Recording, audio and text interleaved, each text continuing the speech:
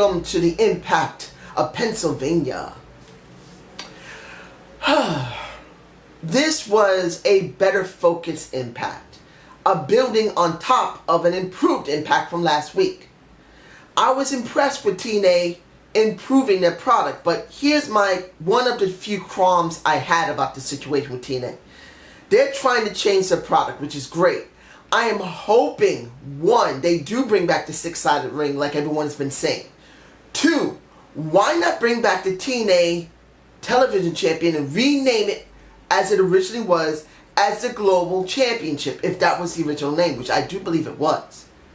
Having the X Division as the mid-card title sounds like a great idea, but then you have to announce TNA, not on Twitter, not on Facebook, but on your show, that we are using and promoting the X Division. There are no limits with the X Division. X Division is open to everyone. That would have been better than just getting rid of the television title and leaving the X Division as a mid-card title and not getting anywhere with it. I mean, what happened with Austin Aries and Sonata, which I will be talking about first in a moment, was great. It was a great match. But this is not a mid-card title. This is an undercard title that's been brought up to a mid-card title. And the problem is that, look at the Freak. Do you actually believe the Freak is going to be put into the X Division? Not the way it's structured now. So I really believe they need to bring back the Global Championship. That's just me. So now let's get into the Option C belt.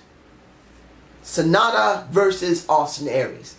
Now, I've been very interested in how James Storm has been interacting with Sonata. Now, it's either a couple of things in my humble perspective. One, Sonata's going to have a feud eventually with James Storm. It looks like it may happen. Two, James Storm may spark something and the Great Muta will have a feud with Sonata. That might be a much more interesting situation. We don't see Japanese wrestlers in TNA often, and having them as a feud will be very interesting. Three, Sonata and Storm will become a tag team. I don't know if this is going to happen or not. It could happen. But whatever happens, I'm hoping they continue it, and I hope that TNA will pull the trigger on whatever option we get. Now, the Austin Aries match with Sonata was actually very good. I believe it was a very good match. I could say it's a match of the night. All the other matches were not that great. So I probably will say it's the match of the night. But in the end, Austin Aries gets the championship. But I think TNA had a bad missed opportunity. That right after the match, they should have interviewed Sonata. And Sonata could have pushed the camera away. Sonata could have put his head in shame. Sonata could have done something in Japanese that would make him even more of a character that people will be interested in. But they didn't do it, so I really believe they lost an option there. Moving on to the Wolves versus Magnus and Bram. And I have a problem with Magnus and Bram. When you look at Magnus and Bram, they're supposed to be guys that are from the bad side of the UK, or maybe London, or maybe Ireland, somewhere rough and tough that will beat the shit out of you, or beat the shit out of themselves just for the fun of it. And here's the problem. You're not wearing the clothes for it. Why not come out dressed in regular tough-ass clothes? Seeing nothing with Bram, and then seeing a leather jacket on a Magnus is not enough for me personally. You guys are supposed to be tough motherfuckers.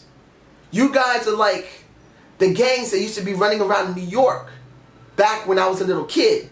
That they would be wearing, it doesn't even have to be full leather jackets. They could be wearing any type of jacket, but they have to wear something that made them look menacing. And we didn't get that here. And we're still not getting it.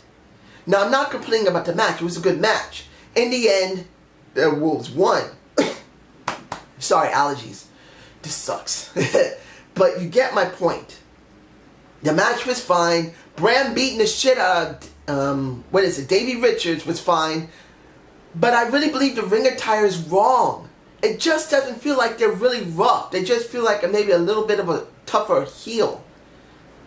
I really believe they need to they have good talking, they have good in-ring work, but then they have no good in-ring attire or outside of the ring attire.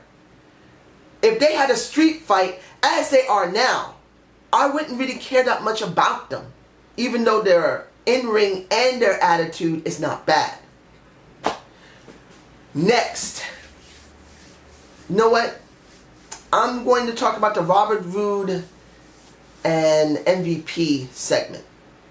I have to admit, Roode has done some really great work.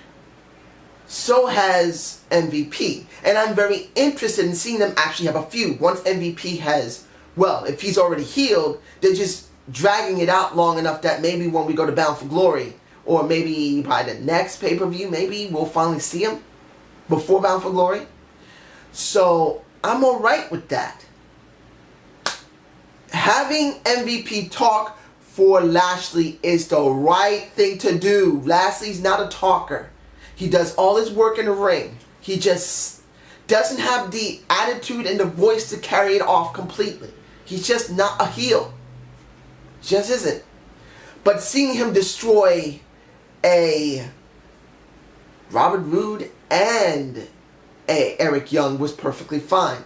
And Kenny King, who's involved in it, even though he's playing a minor role, I'm still glad that he's there at all. The faction still goes. I was very worried that they needed power to go with the faction because TNA has this really strong, it's like the Force. The putting over the WWE is strong with them. Or WCW, ECW, which I'll be talking about in a minute.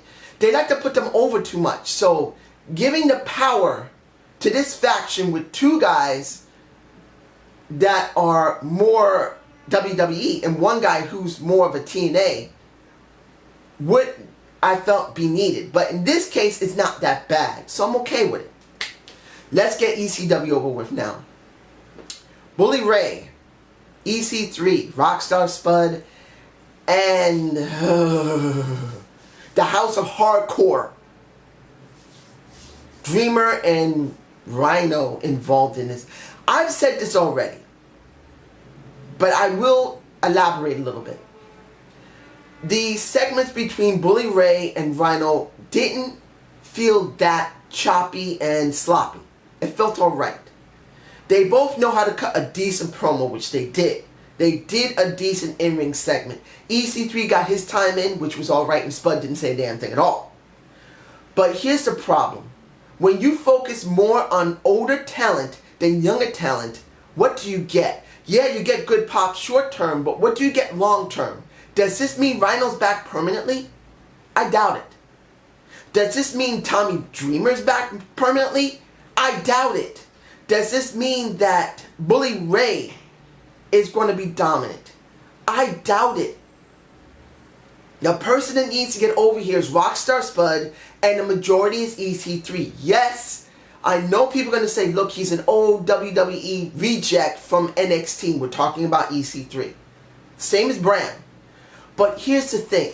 They never went fully through the main roster of the WWE. I sound like I'm talking choppy. But this is where I get frustrated.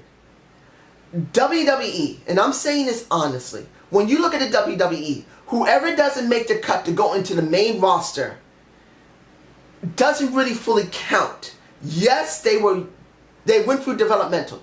Yes, they went through the training center. Yes, but if they don't go on the main roster for a long period of time, that does not mean they made it.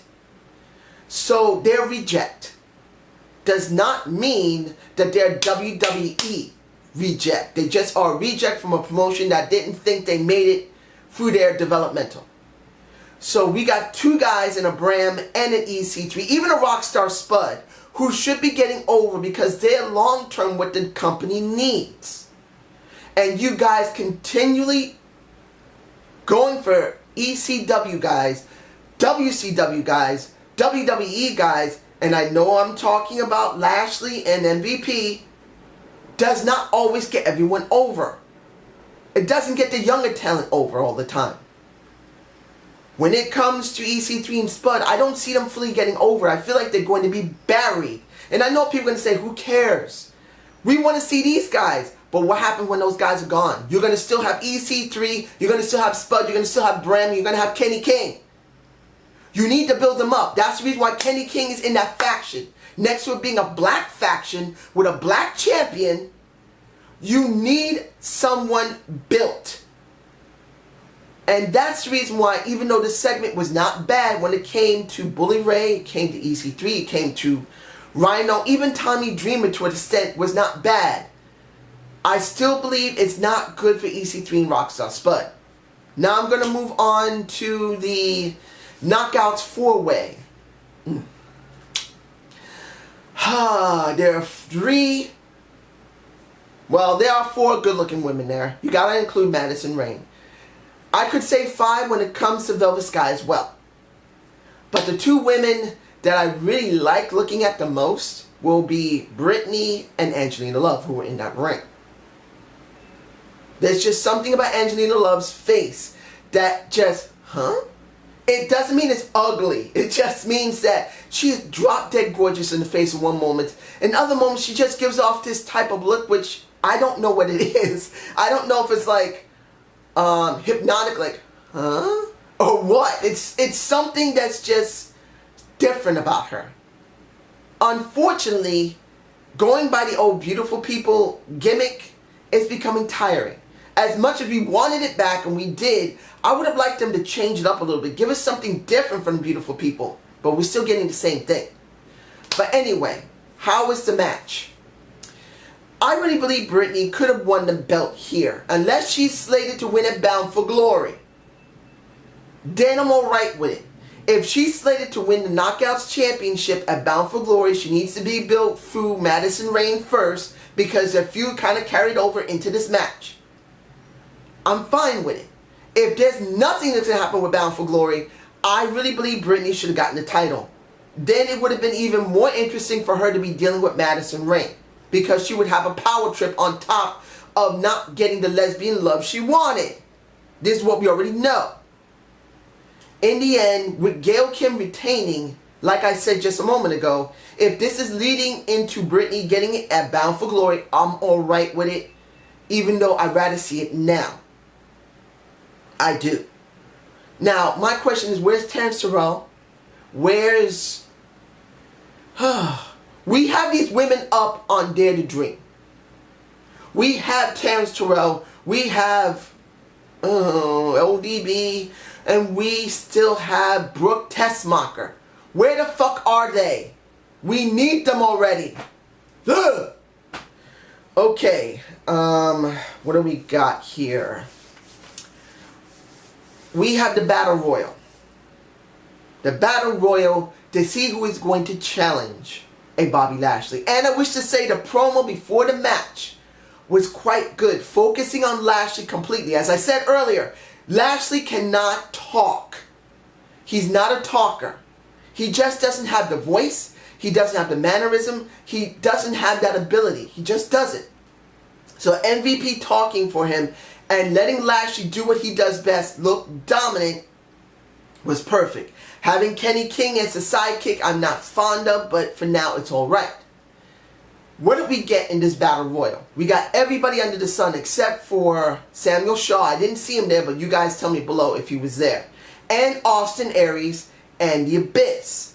Now, Abyss did come out to fuck with Bram later, which I find stupid. I don't want to see Bram face the Abyss. I did think that it was possible they were going to have a feud, and it looks like they are, like I said. But since Bram and Magnus are supposed to be a tag team, and they don't have the right ring attire yet, which is really throwing things off for me personally, I don't want to see it now. But it is what it is. Now, we know that Jeff Hardy and EY were the last ones in the ring, and it was Jeff Hardy who won. And in the opening of the show that I didn't mention, having Kurt Angle in a very short segment, it was like about 6 or 7 minutes. That is epically short. I am glad they're putting Kurt Angle as the executive general manager. I'm fine with it. Having him take off his mask to deal with this Battle Royal was fine. But the person two people I believe that should have had the shot, one of two. Either James Storm or Robert Roode. And I know you're saying, wait a minute, why would you have those two? Simple. Both of them are former World Heavyweight Championships holders. Both have very good characters. Yes, I know that James Storm is dealing with Sonata. Doesn't mean he has to win next week. When it comes to Robert Roode, it would actually make sense for him to be the one to go after Lashley because he wants MVP, he wants Kenny King, and he wants Bobby Lashley. I would have liked to see a Robert Roode. He would have been the best person to pick instead of a Jeff Hardy. But maybe they just didn't want to really telegraph it. So they decided to put an old WWE guy against another old WWE guy in a Bobby Lashley. But here's the thing. That's going to tie everything together and make some sense what I've said in this entire review. When you look at Bobby Lashley as a black champion, like I said a while ago, we don't get that often. We don't get black factions in a major promotion that is national, international. We just don't see it. So as much as Bobby Lashley is an old WWE guy and a Jeff Hardy is an old WWE guy, this is different. Normally it would be the reverse. A Jeff Hardy will be dealing with a Bobby Lashley trying to get the championship. But it is the reverse, which we don't see in any major promotion. Look at WWE.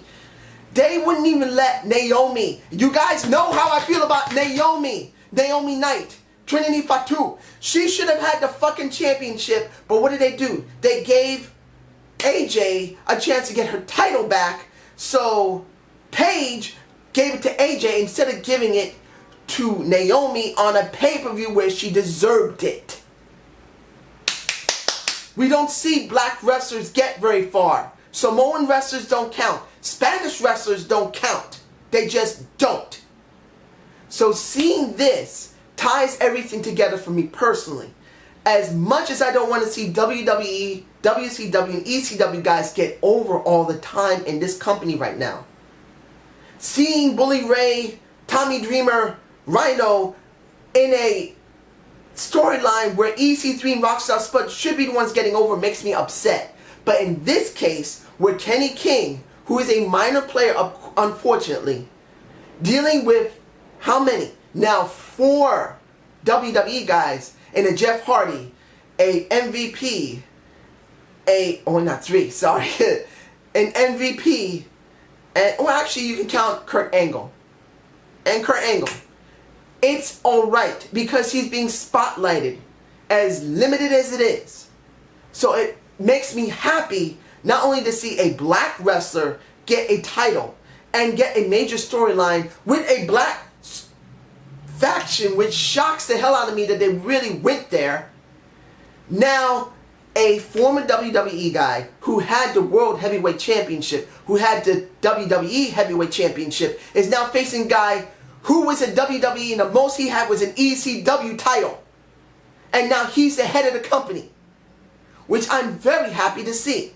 And I can't wait to see what's going to happen next week. So I hope you enjoyed the Zane's View. Please give me a comment below and tell me what you really feel about Bobby Lashley. I know not everyone likes him, but he has an opportunity that very few wrestlers have.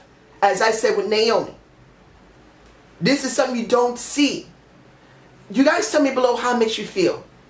Have a good day. Peace out.